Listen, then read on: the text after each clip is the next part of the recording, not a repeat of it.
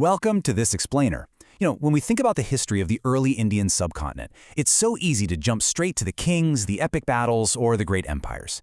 But to truly understand this vast region, we need to zoom way, way out. We're going to move from the literal, physical bedrock beneath our feet right down to the human lenses that color how we actually write its history. Here's our agenda for today.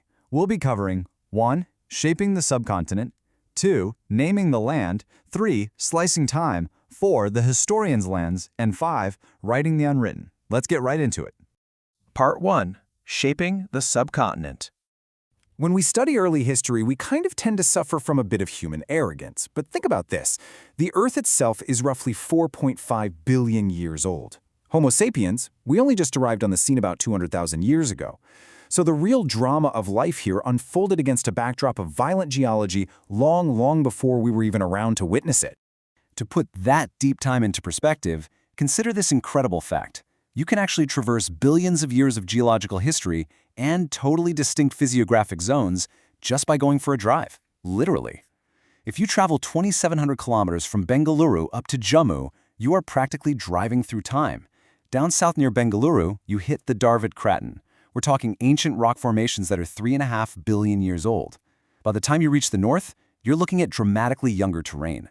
And speaking of the north, the mighty Himalayas might feel, ancient and eternal to us, but geologically speaking, they're actually incredibly young and completely unstable. They were born out of 3 massive tectonic collisions when the Indian plate violently smashed into the Eurasian plate. The earliest uplift was just 41 to 32 million years ago, and the most recent was a mere 4 million to 300,000 years ago. That geological instability is literally still shaping the entire region today. Now, this massive, shifting landscape created some incredibly dynamic ecosystems, perhaps none more impressive than the mighty Brahmaputra River. It flows right down from the Himalayan glaciers and drains an astonishing 700,000 square kilometers. To put that in perspective, during the monsoons, it dumps around 13 million tons of sediment every single day. And because there are no major dams holding it back, it is highly volatile.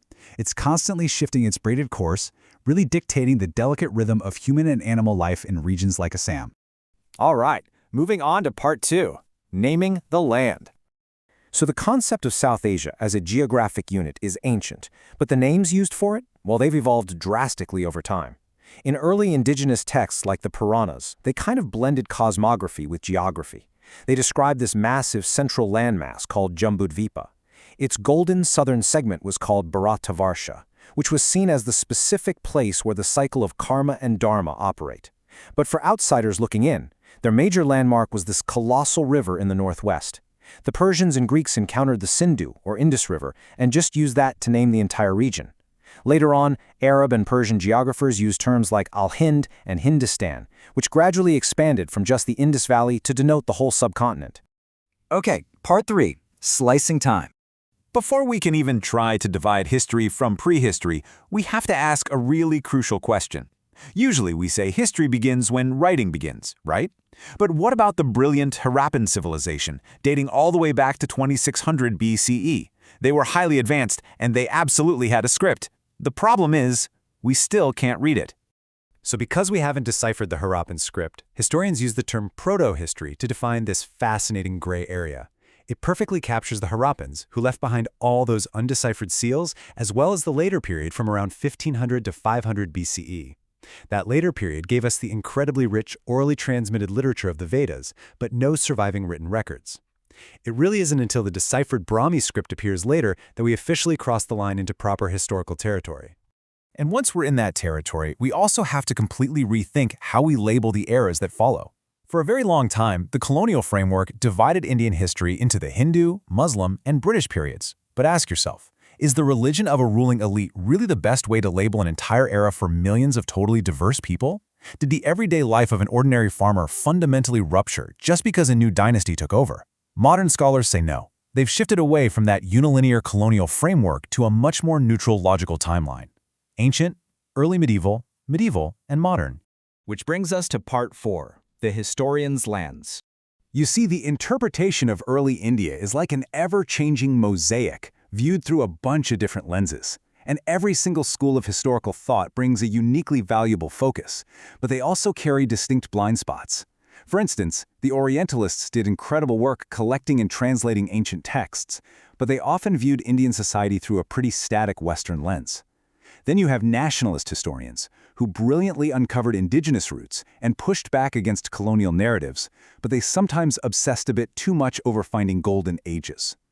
Marxist historians importantly shifted the focus away from elite dynasties and put it on ordinary people and socioeconomic classes, though they sometimes rigidly relied on Western economic models. And right-wing interpretations tend to emphasize ancient achievements and indigenous origins, though this particular lens can sometimes overlook the rich historical realities of global migration, cultural mixture, and all that complex, messy stuff that makes history so fascinating.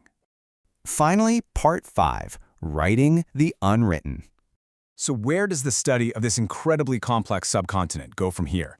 Well, the future of history is moving way beyond just reading the texts written by the ancient elite.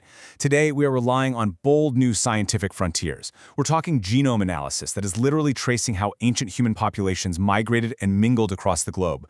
We have paleoenvironmental studies showing us exactly how climate change impacted ancient settlements. And most importantly, modern historians are finally recovering the silenced, unwritten histories of marginalized groups: women, lower castes, tribal communities, the laboring poor. History is finally breaking out of its artificial boundaries. Let's wrap up this explainer with a really profound thought drawn directly from our source material. History is not a mirror reflecting what we want to see today. If you look closely, you'll find that the past is filled with major ruptures and startling differences from modern life. But it is also a tangled root system. The absolute foundation of our present social practices and institutions lie buried deep in that remote, complex past, and we are still untangling those roots. Which leaves us with this final, provocative thought to ponder.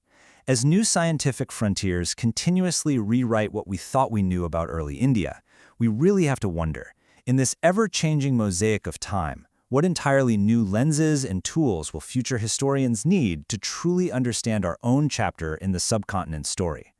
Thanks so much for joining me on this explainer, and keep questioning the past,